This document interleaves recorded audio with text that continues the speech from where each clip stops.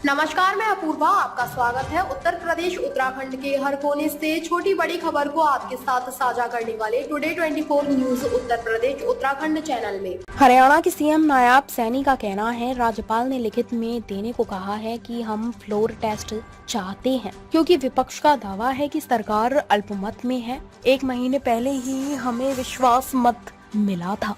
वे हमेशा कहते थे ऐसी बातें लोगों को भटकाने के लिए हैं, क्योंकि कांग्रेस कहीं नहीं बची है। लोग उनकी भ्रष्ट नीतियों के कारण उन पर भरोसा नहीं करते हैं।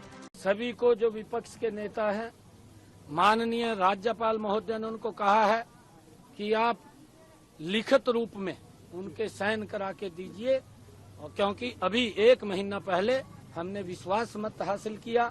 ये हर बार इस प्रकार का सगुफा छोड़ करके लोगों को गुमराह करने का काम करते हैं कि सरकार अल्पमत में है, क्योंकि कांग्रेस अब खत्म हो चुकी है।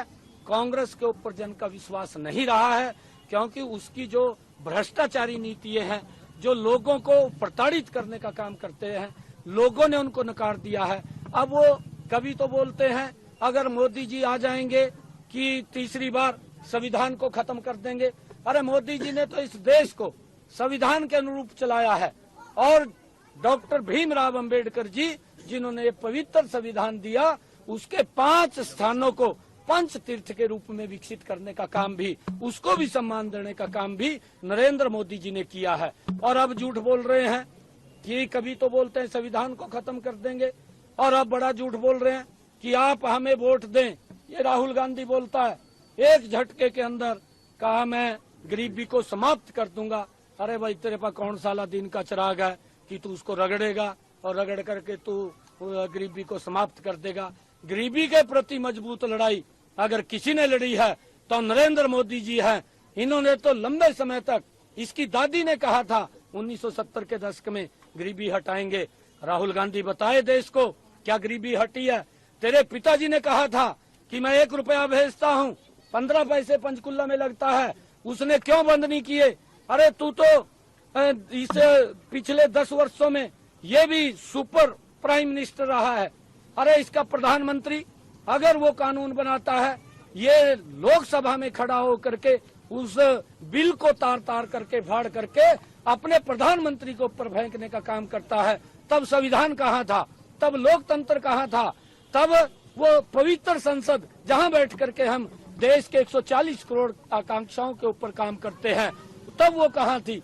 ये देश को गुमराह करना बंद करे। कांग्रेस को देश ने नकार दिया है।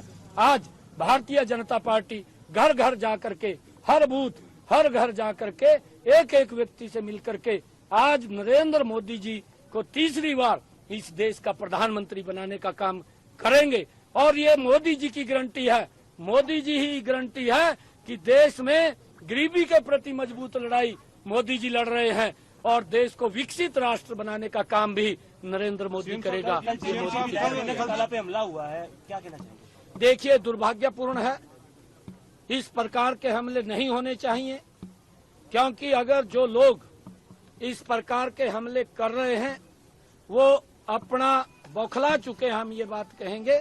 अरे बात करिए बैठ करके, सरकार बात करने के लिए तैयार है। हमारे केंद्र के 5 मंत्री आए, हर व्यक्ति को वोट मांगने का अधिकार है, वो लोगों के बीच में जाएगा।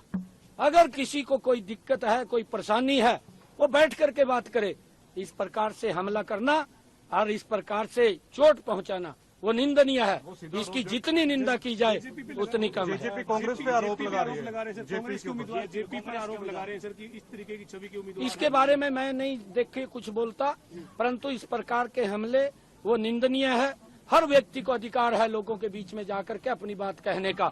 हम भी अपनी बात कह रहे हैं, कांग्रेस के भी अपनी बात कह रहे हैं, जजपा के भी अपनी बात कह रहे हैं। निर्णय तो पब्लिक का है, जो काम अच्छे करेगा पब्लिक उसको वोट देगी। सीएम साहब, एक और निर्दलीय विधायक हैं बलराज कुंडू, उन्होंने भी चिट्ठी लिखी है राज्यपाल को। वो तो पहले लिखी हुई है। नहीं, वो लिखी है, मैंने कहा है कि वो साइन करके बताएं कि हमारे पास कितना जन समर्थन है। कांग्रेस जन समर्थन खो चुकी है, उसके पास जन का विश्वास नहीं है। जन का विश्वास अगर है तो वो भारतीय जनता पार्टी के साथ है। और मैं एक और बात आप लोगों को कहना चाह रहा हूँ कि आने वाले जब ये सितंबर अक्टूबर में विधानसभा के चुनाव होंगे, तीसरी बार बहुत बड़े मैंडेट के साथ भारतीय जनता पार्टी फिर सरकार बना रही है, तीसरी बार हरियाणा में। आज आप राजीव